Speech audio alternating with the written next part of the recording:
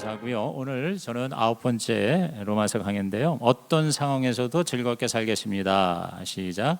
어떤 상황에서도 즐겁게 살겠습니다. 라는 제목으로 함께 은혜를 나누겠습니다. 근데 한국도 점점 그렇지만 미국의 경우 이민한 사람들의 가장 큰 소원이 영주권을 얻고 그리고 더 나아가 시민권을 얻는 것입니다. 미국의 경우 이 시민권자는 모든 사회보장제도의 혜택을 받을 수가 있어요. 또 투표권 그리고 피선거권도 가지고 있고 또 좋은 직장에 취업에는 시민권자로 제한되는 경우가 있습니다.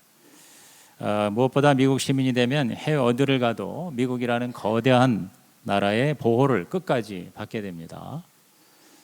우리나라도 많이 이렇게 발전한 선진국이 되어서 지구상에서 가장 소매치기가 가장 선호하는 여권의 대한민국 여권이 넘버 5 안에 들어가요. 항상 우리나라 여권을 가지면 거의 한 200개 나라에 비자 없이 들어갈 수가 있거든요. 그러니까 국가의 어떤 위상을 상징하는 건데, 그래서 우리나라도 시민권을 가지고 있다는 것은 굉장한 특혜죠. 근데 이러한 시민권, 특히 미국이라는 최강대국 시민권과는 비교할 수 없는 게 바로 천국 시민권입니다.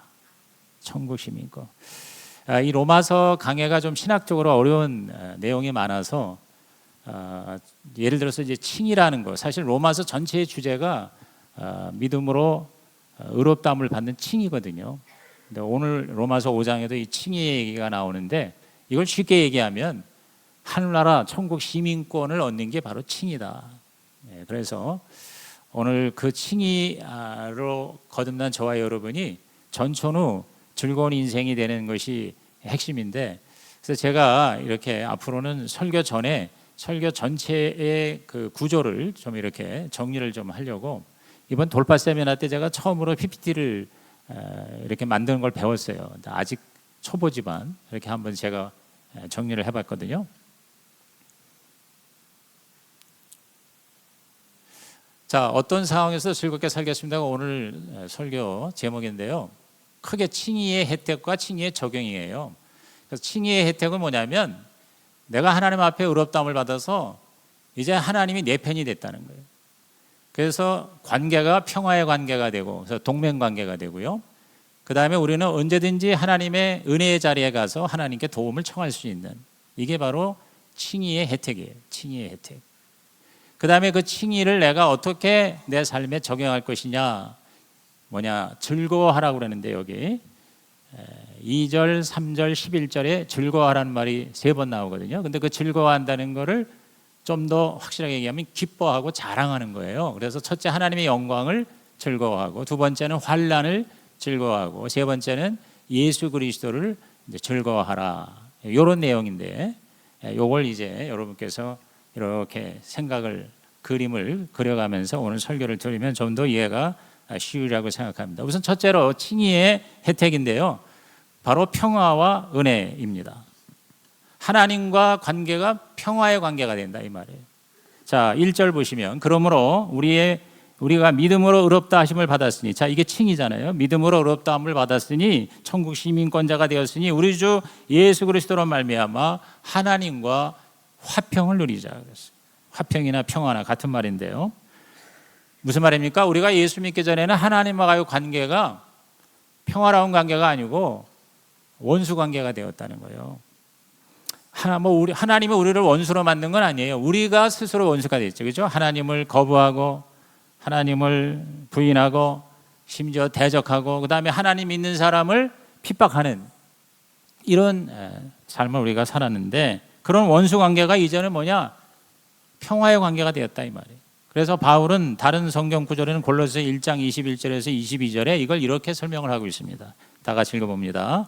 전에 악한 행실로 멀리 떠나 마음으로 원수가 되었던 너희를 이제는 그의 육체의 죽음으로 말미암아 화목하게 하사 너희를 거룩하고 흠없고 책망할 것이 없는 자로 그 앞에 세우고자 하셨으니. 자, 전에는 원수였어요. 근데 이제는 뭐예요? 화목하게 되었다 이 말이에요. 화목, 화평, 평화, 화해 다 같은 말이죠. 샬롬, 진정으로 인격적인 좋은 관계가 되었다 이 말입니다. 아주 쉽게 말하면 동맹 관계가 되었어요. 공동 운명체가 되었어요. 여러분, 우리가 이 나라끼리도 공동 운명체가 되는 걸 동맹 관계라고 그래요. 우리가 미국하고 한미 동맹 관계죠. 그죠? 그러면 우리 우방이 된 거예요, 우방. 그래서 이 동맹 관계가 되면 그 나라가 만약에 전쟁이 일어나서 침략을 당하면 그 동맹 관계 우방이 와서 같이 싸워주는 거죠. 저는 우리 6.25 한국 전쟁을 생각할 때 정말 이건 하나님의 은혜요 기적이다. 아무 대비가 없는데 갑자기 북괴로부터 침략을 받았죠. 그야말로 한두 달 만에 파죽지세로 우리가 밀려나서 두세 달도 안 되는데 낙동강 그 작은 지역만 남겨놓고 그야말로 이제 곧 나라가 망할 상황에 처해 있었어요. 그때에 기가 막히게 우리의 동맹관계인 미국이 주도하고 유엔 안전보장이사회를 열고 참전을 하게 되고, 특별히 메가다 장군이 이끄는 전쟁사의 거의 기적이라고 하는 인천 상륙작전이 9월 15일인가 아마 시작을 해서 성공했잖아요. 그래서 그야말로 위기 가운데에서 우리나라가 기적적으로 건짐을 받았어요. 이승만 대통령이 한 일 중에 가장 잘한 일이 바로 한미 동맹 이거를 맺었다는 겁니다. 공동 운명체가 된 거죠. 그때 그게 아니었으면 오늘 저와 여러분은 사실 존재할 수도 없었는지 몰라요.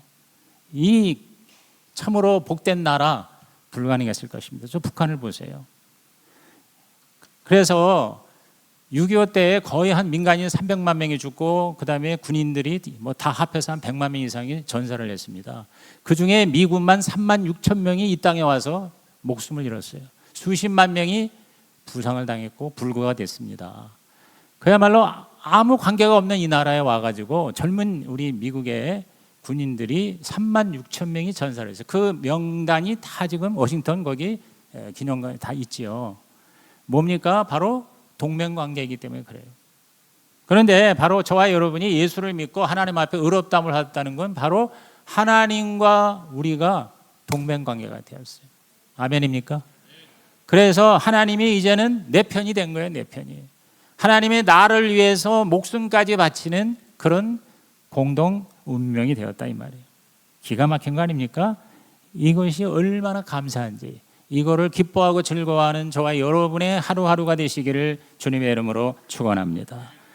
그러한 동맹관계, 즉 하나님과 화평의 관계가 될 뿐만 아니라 더 나아가 어떤 일이 있을 때마다 하나님께 도움을 요청하는 은혜의 자리에 나갈 수가 있게 되었다. 자, 2절입니다. 또한 그로 말미암아 우리가 믿음으로 서 있는 이 은혜에 들어감을 얻었다 그랬어요. 세번역 성경에는 이게 은혜의 자리에 우리가 들어갈 수가 있게 되었다 그랬어요. 자, 1절에는 평화, 화평을 말하고 2절에는 은혜를 말합니다. 화평과 은혜. 시작. 화평과 은혜. 여러분, 이게 바로 칭의가 주는 혜택이에요. 칭의가 주는 하나님의 하늘복이에요. 은혜라는 게 뭡니까? 말 그대로 값없이 받는 사랑이라 계속해서 반복해서 지금 설명하고 있죠. 공짜로 도움을 받는 거예요. 아무 조건 없이 우리한테 우리의 필요를 채운다는 거죠. 미국의 경우 백악관에서 이제 가끔 그 백악관 전 직원을 위한 파티를 벌인다고 그래요. 근데 그때 들어가는 비용이 수백만 달러인데 이제 그거를 대기 위해서 돈 있는 사람이 대통령과 20분 면담하면 이제 그 돈으로 면담할 수가 있는 거예요. 그 웨스트윙이라는 오래전에 그 드라마에 이제 그런 얘기들이 나오는데, 그런데 그 20분 때문에 수백만 달러, 수십억을 내는데도 불구하고 사실 자기가 원하는 필요를 얻지 못할 때가 왕왕 있죠. 최근 들어서도 이제 그런 일이 있는 걸로 아는데, 세계 최고의 투자자인 워런 버핏 아시죠? 워런 버핏이 자기하고 점심 식사를 하는데 들어가는 비용이 최근에 제가 찾아본 거로는 57억을 내고 점심 한 끼를 먹을 수가 있어요. 물론 이제 그 돈을 우리 워런 버핏은 공익 사업에 쓴다고 제가 알고 있는데요. 수십억을 내고 점심 한 끼 먹거든요. 그래도 자기가 원하는 거를 얻지 못할 때가 있겠죠. 그 투자의 비법을 알기 위해서 아마 그렇게 만나서 돈을 내고 밥을 먹는 것 같아요. 근데 여러분, 우리 하나님은, 저와 여러분의 아버지가 되시는 하나님은 공짜로 언제든지 만나서 함께 대화하고 교제하고 그리고 우리에게 필요한 것을 채워주신다. 할렐루야. 이게 바로 은혜의 자리예요. 은혜의 자리, 예배의 자리, 특히 기도의 자리. 저는 요새 하여튼 저는 7, 8월 뭐 휴가도 안 가고 계속 매일 새벽기도 인도하면서 지금 벌써 9월도 중순이 넘어가잖아요. 40일 특세 특히 이제 딱 20일 지났고 이제 명절 휴가 지나고 20일 새벽기도 하면 10월 18일이 됩니다. 저는 얼마나 감사하고 행복한지 몰라요. 내가 새벽기도 매일 나와서 성도들 말씀을 전하고 같이 기도하고 안수를 할 때 정말 하나님의 그 은혜의 자리라는 것을 절실하게 느끼게 돼요. 재미있고 행복한 새벽기도 시간입니다. 여러분도 그러한 은혜의 자리 경험하시기를 주의 이름으로 축복합니다. 예수님께서 약속하신 자리에 요한복음 16장 23절에 그날에는 너희가 아무것도 내게 묻지 아니하리라. 내가 진실로 너희에게 이르노니 너희가 무엇이든지 아버지께 구하는 것을 내 이름으로 주시리라 그랬어요. 따라합시다. 무엇이든지. 여러분, 하나님은 전능하시고 신실하신 하나님이시기 때문에 이 약속을 반드시 지켜주실 줄로 믿습니다. 여러분께서 이 약속의 말씀대로 은혜의 자리를 즐겨 찾기를 바랍니다. 여러분, 기도는 제가 갈수록 요새 느껴요. 특권이에요, 특권. 의무가 아니라 특권입니다. 자꾸 기도하면 이렇게 스트레스 받는 분들이 있죠. 그게 칭의가 무엇인지를 아직 경험을 못했기 때문에 그렇습니다. 어마어마한 특권입니다. 요한복음 1장 12절에 영접하는 자, 그 이름을 믿는 자들에게는 하나님의 자녀되는 권세를 주셨다고 그랬거든요. 우리에게 있는 이 권세, 이 특권, 이거는 어떠한 거를 치르고라도 그걸 내 것으로 하는 이러한 믿음의 사람이 되시기를 주의 이름으로 축복합니다. 그래서 저는 그 팀 켈러의 기도라는 책에서 우리가 하나님께 나아가 기도하는 거는 duty to delight다. 의무가 아니라 바로 기쁨이다 그랬어요. 기쁨이다. 오늘 말씀에 그대로 직결되는 것 같아요. 여러분, 우리는 칭의를 통해서 첫째 하나님이 내 편이시라는 것과 둘째 하나님이 나를 도우신다고 하는 이런 기가 막힌 베니핏, 이러한 혜택을 저와 여러분이 다 실제적으로 누리시기를 주의 이름으로 축복합니다. 그래서 히브리서 기자는 히브리서 4장 16절 요 절이죠. 우리 큰 소리로 시작. 그러므로 우리는 긍휼하심을 받고 때를 따라 돕는 은혜를 얻기 위하여 은혜의 보좌 앞에 담대히 나아갈 것이니라. 때를 따라 돕는 은혜를 얻기 위하여 그랬어요. 은혜의 보좌 앞에 담대히 나아간다. 이게 바로 칭의의 기가 막힌 혜택이죠. 때를 따라라는 말에는 두 가지 의미가 있다고 봅니다. 첫째는 저와 여러분이 언제든지 필요한 때 하나님을 찾을 수 있다는 것과 또 하나님 입장에서는 정말 우리에게 가장 좋은 때에 응답을 하신다고 하는 거예요. 내가 원하는 그때가 아니라 하나님이 가장 베스트 타임이라고 여기는 그때에 하나님은 우리에게 응답하시고 우리가 요청하는 대로 은혜를 주실 줄로 믿는 것입니다. 이것을 날마다 받아 누리고 경험하는 우리 성시교회가 되기를 예수의 이름으로 축원합니다. 그러면 그거를 내가 적용은 어떻게 할 것이냐? 적용은 바로 뭐냐? 즐거워하라는 거예요. 즐거워하라. 자, 2절에 보니까 그로 말미암아 우리가 믿음으로 서인의 은혜에 들어감을 얻었으며 하나님의 영광을 바라고 즐거워하느니라. 따라합시다. 즐거워하느니라. 그래서 자, 2절에 있고 3절에 있고 11절에 있어요. 여기서 이 즐거워한다는 말이 무엇인가 보니까 아주 깊은 의미가 있는 거예요. 우리 세 번역에는 이걸 자랑한다로 되어 있더라고. 자랑한다. 그래서 제가 보니까 영어 성경에는 rejoice로 번역이 되어 있고 NIV에는 그 다음에 boast, 자랑한다. 그러니까 세 번역에 따라서 자랑한다는 말로도 번역된 영어 성경이 있더라고요. 근데 이거를 다 종합해서 멋지게 얘기한 거를 발견했는데 그게 exalt라는 단어예요. 이거 제가 뭐 이 헬라어 같은 거 얘기하면 저도 잘 모르고 여러분 더 모르니까 그래도 영어 하면은 성시교회 성도들은 웬만하면 영어를 몰라도 다 아는 척하게 됐기 때문에 워낙 제가 자꾸 얘기를 하니까 그래서 제가 가끔 이제 영어로 하면 훨씬 더 소통이 잘 될 것 같아요. 근데 이 exalt라고 하는 게 뭐냐면 크게 기뻐하고 의기양양해서 외치는 아주 자랑하면서 기뻐하는 거. 이 자랑한다와 기뻐한다가 다 포함되어 있는 것 같아요. 자, 예를 들어서 여러분이 이제 스포츠를 좀 좋아하는 사람들은 그 자기 야구나 축구에 자기 팀이 있죠. 자기가 좋아하는 팀 아니면 자기가 소속한다고 생각하는 팀이 있잖아요.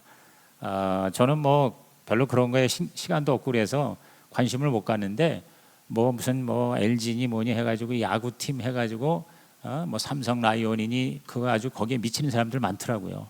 그 다음에 축구도 뭐 서울 뭐 FC 해가지고 자기 또 소속팀이 있으면 가서 응원을 하고 그러면서 그냥 막 승리를 하면 난리가 나잖아요, 그죠? 뭐 그런 거 잘 경험하지 못했다면 우리 월드컵 때 2002년 그때 막 그냥 이길 때 난리도 아니잖아요. 대한민국 짝짝짝짝짝 하면서 저는 제가 고등학교 때 저는 휴문고등학교를 나왔는데 휴문고등학교가 이 야구하고 농구가 고교 그 세계에서는 이 거의 베스트 뭐 안에 들어요. 그래서 하여튼 한 달에 한 많으면 뭐 일주일에 한 번씩 가서 이제 그 시즌 때에는 응원하러 전교생들이 동원이 됩니다.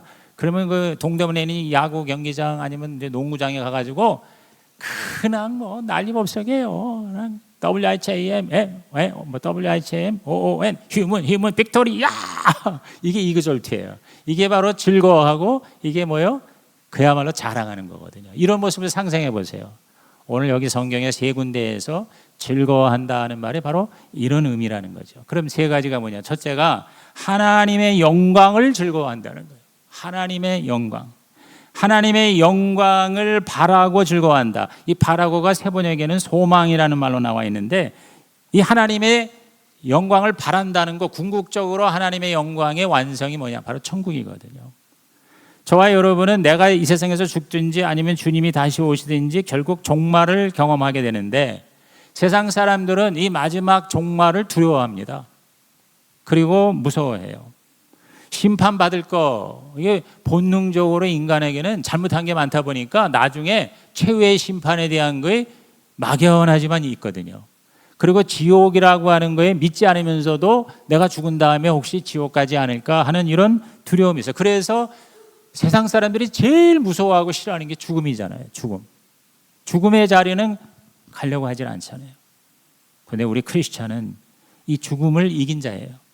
그렇기 때문에 우리한테는 종말이 심판이 아니고 지옥이 아니고 뭐냐? 우리에게는 뭐예요? 축제예요, 축제. 잔치예요.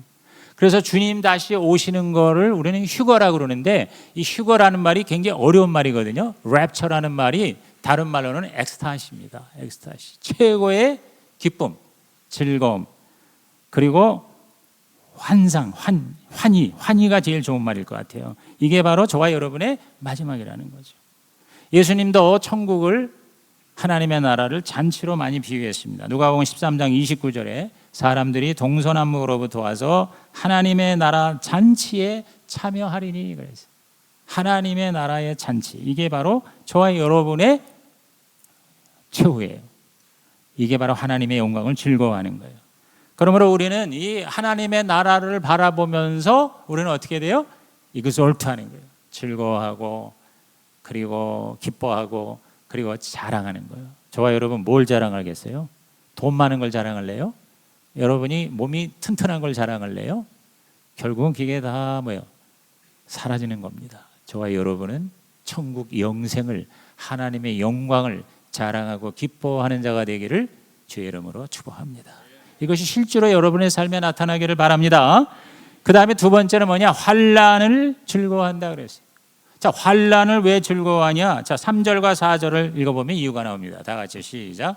다만 이뿐 아니라 우리가 환난 중에도 즐거워하나니 이는 환난은 인내는 연단은 소망을 이루는 줄 알미로다. 자, 환난을 즐거워하래, 환난을 기뻐하래, 환난을 자랑하라는 거예요. 왜냐?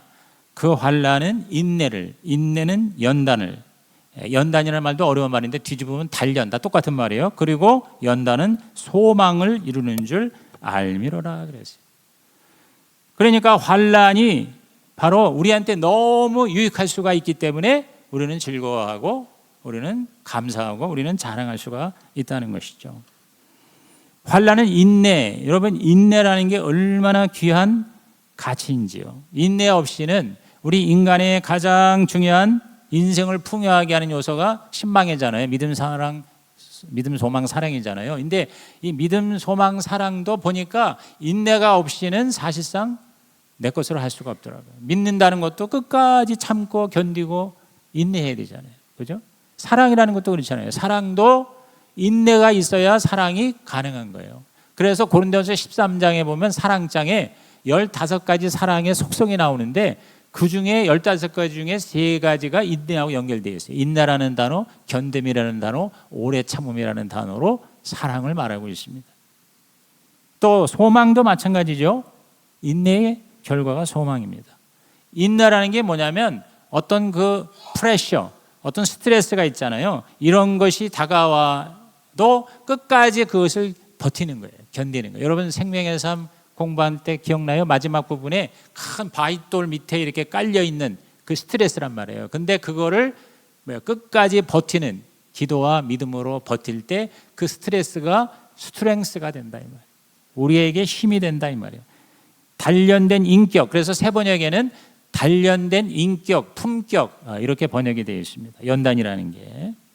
그렇습니다. 여러분 우리가 이 몸이 건강하기 위해서도 운동을 해야 되는데 운동이라는 게 인내로 끝까지 해야 돼요. 루틴이 돼야 돼요. 습관이 돼야 돼요. 좀 하다가 마는 경우가 많잖아요.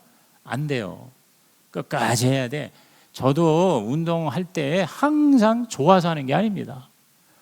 나가서 자전거 타고 뛰는 게 그게 여러분 꼭 항상 할 때마다 좋겠어요? 새벽 기도가 항상 스프링처럼 팍 튀어가지고 막 이렇게 신나게만 나가겠어요? 안 가고 싶고 나가고 싶지 않고 그냥 자고 싶고 그럴 때 어떻게 해야 돼요? 이걸 다시 박차고 일어나는 거. 이게 바로 루틴이에요. 이게 습관이에요.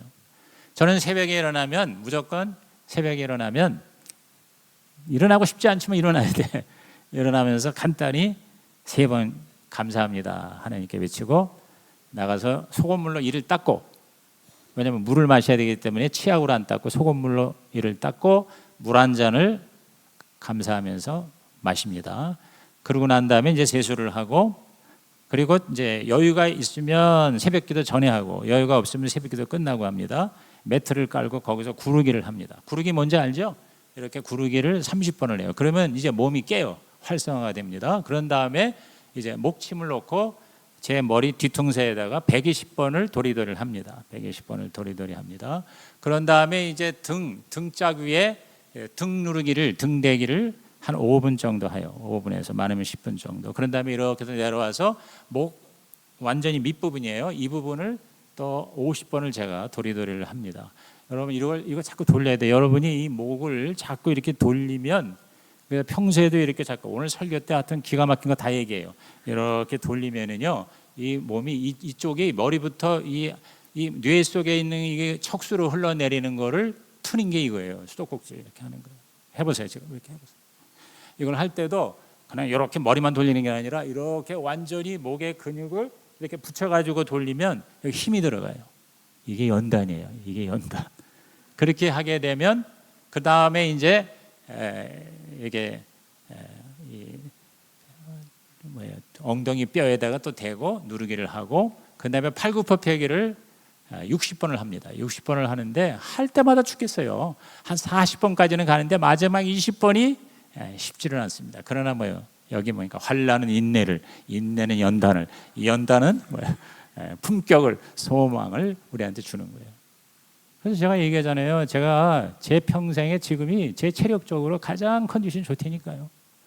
저는 피곤하다는 걸 별로 느끼지 못합니다. 옛날에 제가 20, 30대만 해도요, 오후만 되면 눈이 내려가가지고 맨날 죽겠다 여기저기 아프다. 사람은 바뀔 수가 있다는 겁니다. 소망을 가지고 연단을 해야 돼요. 연단을. 아멘입니까? 이게 육체적으로도 그렇고 그 다음에 생활적으로도 그렇고 영적으로도 마찬가지예요. 여러분이 주일날 와가지고 그것도 그저 늦지막해 이렇게 어슬렁어슬렁 걸어와요. 찬양도 안에 와가지고 설교도 이러고 앉아서 한번 들어볼까? 기도하라 그러도 입 다물고 있고. 여러분, 그래서 여러분이 영적으로 살아나겠습니까? 여러분이 영이 도대체가 훈련이 되겠습니까? 영의 근육이 여러분 제대로 그게 있겠냐고요. 거의 마비 상태입니다. 그러니까 예수 믿는 게 재미도 없고 짜증이 나고 뭘 하라고 그러면 계속 부담이 되고, 그리고 다들 불평이 되고 원망이 되고, 그리고 스트레스가 충만한 거예요. 예수를 믿어도 칭의를 누리라는 거예요. 즐거워하라는 거예요. 그러려면 어떻게 해야 돼요? 환난을 즐거워해야 된다 이 말이에요. 여러분이 물건 하나, 제가 이제 우리 교회에 저 죽전에 있을 때 삼성전자의 사장님이 한 몇 달 동안 출석을 했었어요. 이모 사장이십니다. 그래서 제가 개인적으로도 집에 신방도 가고 이렇게 친하게 지냈었는데, 그분이 사실 오늘날 삼성의 이 휴대폰을 세계적인 그런 수준으로 만든 장본인이거든요. 근데 그분이 그 휴대폰 얘기를 할 때 무슨 얘기를 하냐면, 휴대폰 하나를 개발하면 얘를 무지무지하게 고생을 시킨다는 거예요. 그냥 계속 뭐 던지고 밟고 깨고 충격 그런 테스트하고 내구성을 위해서 수많은 연단의 테스트를 거칩니다. 충격, 고열, 땅에 떨어뜨리고 물에 빠뜨리고 폭염, 혹소에 견디기 위해서 수없이 환난을 당하게 한대요. 그런 공정을 거쳐서 합격을 할 때 비로소 초인류 제품이 나온다는 것이죠. 지금도 내가 잊어지질 않아. 최근에 얼마 전에 그 뭐 세스나 뭐 이렇게 그 세계 전자 이런 엑스비션 할 때 중국이 지금 얼마나 지금 치열하게 우리를 따라옵니까? 지금 삼성이 중국에서는 이제 완전히 내려왔어요. 그야말로 아주 간발의 차이로 따라오는데, 거기는 아주 베끼는데 또 도사죠, 그 나라는. 그래가지고 삼성에 나왔다고 그러면 한두 달 만에 또 나오거든요. 근데 최근에 새로운 휴대폰을 개발하고 나서 그거를 그 엑스비션 전시회 때 뭐라 했냐면, 이 세탁기에다가 집어넣고 15분을 돌리는 거예요. 그래서 세탁기에 그 옷하고 그 뭐 물하고 그다음에 세제하고 15분을 돌리고 난 다음에 빼가지고 멀쩡하다 이거예요. 우리 제품이 이렇게 완벽하다. 이거를 뭐야 자랑하고 소개를 하더라고요. 무슨 얘기입니까? 오늘 저와 여러분이 당하는 환난이 일상의 고난이라기보다, 여기서 말하는 환난은요, 하나님 뜻대로 살려고 애쓰는 가운데 다가오는 그런 환난입니다. 목자 목녀는 어느 정도 이제 이것을 경험을 하기 시작을 합니다. 그런 환난이 우리에게 다가올 수 있어요. 사실 우리는 환난이라고 하기가 거의 불가능한 상황에서 우리가 살고 있어요. 제가 어제 세계는 지금이라는 거 제가 피곤해도 보거든요. 세계를 위한 중보기도를 위해서도 그렇고 우리가 이해하기 위해서. 근데 한 뉴스가 뭐냐면, 바로 지난주인가 나이지리아가 여러분 기독교 교인들이 많아요. 그런데 나이지리아의 극단주의 이슬람 세력 IS인데, 그 유명한 보코하람이라고 들어보셨죠? 보코하람이 한 마을에 있는 기독교인들을 한 300명 가까이 남자들을 살해했어요. 그래가지고 아이들하고 여성들만 간신히 탈출해가지고 몸부림을 치는 장면을 어제 거기서 뉴스에 보도를 하더라고요. 여러분, 그 보코하람이 몇 년 전에 7, 8년 전인가 그 여학교에 들어가가지고 여학생들 한 300명 납치를 했습니다. 납치해가지고 살해하고 또 폭행하고, 그리고 아직도 못 들어온 사람들이 한 거의 100명 가까이 돼요. 그거를 어제도 또 그 부모가 가슴을 치면서 눈물을 흘리는 거예요. 지금 이 세상에 이렇게 정말 크리스찬이기 때문에 거기서 특별히 그 보코하람이 이제 죽이는 거예요. 서양식 교육을 받는 거는 악이라고, 알라 신의 이름으로 그렇게, 아주 제가 그걸 보면서 정말 악 중에 악 아닙니까? 종교의 이름으로, 신의 이름으로 사람들을 무참히 살해하고, 그리고 도대체가 말이 안 되는 그런 죄를 저지르는 거죠. 그런 환난을 당하면서 지금 그리스도인으로 사는 사람들이 얼마든지 있거든요. 아마 이 말씀은 특별히 그런 사람들에게 소망이 되고 희망이 되고 또 하나님의 위로와 약속이 되라고 생각을 해요. 근데 저와 여러분이 일상에서 당하는 환난과 고난이 하나님의 단련인지 아니면 하나님의 징벌인지를 어떻게 알 수 있는가? 바울은 두 가지를 얘기하는데, 주관적인 증거와 객관적인 증거를 오늘 여기서 얘기를 하고 있습니다. 우선 주관적인 증거는 성령님의 감화감동입니다. 자, 5절 보세요. 5장 5절에 소망이 우리를 부끄럽게 하지 아니함은 우리에게 주신 성령으로 말미암아 하나님의 사랑이 우리 마음에 부음바 되었다 그랬어요. 그러니까 하나님의 사랑, 하나님이 지금 내가 이렇게 어려움을 당하고 고난을 당하고 특별히 내가 잘못한 게 없는데 하나님 뜻대로 산다고 하는데 나에게 이런 환난과 고난이 다가온다. 하나님의 사랑을 의심하게 되잖아요. 그런데 하나님의 사랑이 부음바 됐다고 그랬어요. 뭘 통해서? 성령님을 통해서. 그래서 여러분에게, 특히 힘들고 어려운 사람들에게 성령님께서 주관적으로 역사하셔서 이상하게 내 마음에 하나님의 위로가 임하는 거예요. 눈물이 나는 거예요. 예배를 드리고 설교를 하고 이런 간증을 행하고 들을 때 여러분 눈물이 난다는 건 성령님의 역사입니다. 그 한 사람에게 하나님이 타취하시는 거예요. 기쁨과 함께 애통함이 있는 것, 이것이 바로 성령의 주관적인 역사예요. 이런 거 있는 사람 정말 하나님의 위로를, 하나님의 은혜를 받는 거거든요. 근데 그런 게 없어도 특히 그 사람이 사람에 따라서 이 감성적으로 이 감동받기가 어려운 사람들이 있어요. 그런 사람들에게도 하나님은 확실한 증거를 주셨어요. 그걸 객관적인 증거라고 그래요. 그게 바로 십자가입니다. 십자가 사건이에요. 이게 바로 6절에서 8절 한 얘기입니다. 자, 6절에서 8절을 다 같이 우리 또박또박 읽어봅니다. 시작. 우리가 아직 연약할 때 기약대로 그리스도께서 경건하지 않은 자를 위하여 죽으셨도다. 의인을 위하여 죽은 자가 쉽지 않고 선인을 위하여 용감히 죽는 자가 혹 있거니와 우리가 아직 죄인 되었을 때에 그리스도께서 우리를 위하여 죽으심으로 하나님께서 우리에 대한 자기의 사랑을 확증하셨느니라. 자, 연약할 때에 또 우리가 죄인 되었을 때에 도저히 하나님의 사랑을 받을 수 없는 상황에서 하나님의 은혜로 우리를 사랑하셨는데 어느 정도 사랑하셨냐? 자기 아들을 십자가에 죽으심으로, 죽게 하심으로 우리에 대한 하나님의 사랑을 확증하셨다 그랬어요. 십자가는 객관적인 하나님의 사랑의 증거입니다. 여러분, 누가 그것을 받아들이든 거부하든 간에 십자가 사건은 역사적인 사건이에요. 실제 있었던 사건이에요. 그것은 하나님이 인간을 위해 죽으신 사건이에요. 하나님이 저와 여러분을 얼마나 사랑하시느냐 증거가 바로 십자가입니다. 그 십자가의 은혜를 받아들이는 게 바로 믿음이고, 믿음으로 우리는 하나님 앞에 의롭다함을 받는 칭의의 천국 시민권자가 되었다. 믿으시면 아멘 하시기 바랍니다. 그러면 그렇게 하나님이 자기를 죽이면서 자기 아들을 희생하면서까지 우리를 사랑하셨다라면 우리에게 당하는 크리스찬에게, 주님 뜻대로 살려고 최선을 다하는 자들에게 고난이 오고 환난이 왔다. 뭘 의미할까요? 여러분, 그거는 바로 특별한 하나님의 더 큰 은혜를 우리에게 주시는 기회일 수가 있다는 것입니다. 아멘입니까? 하나님이 우리를 쓸데없이 고통당하게 고생시키게 하실 분이 아니라 이걸 믿는 게 믿음이에요. 히브리서 12장 5절 6절에 보면은 이 땅에서도 우리가 자녀를 키우다 보면 잘못할 때 사랑으로 징계하잖아요. 그 말씀을 하십니다. 아들들에게 권하는 것까지 너희에게 권면하신 말씀도 잊었도다.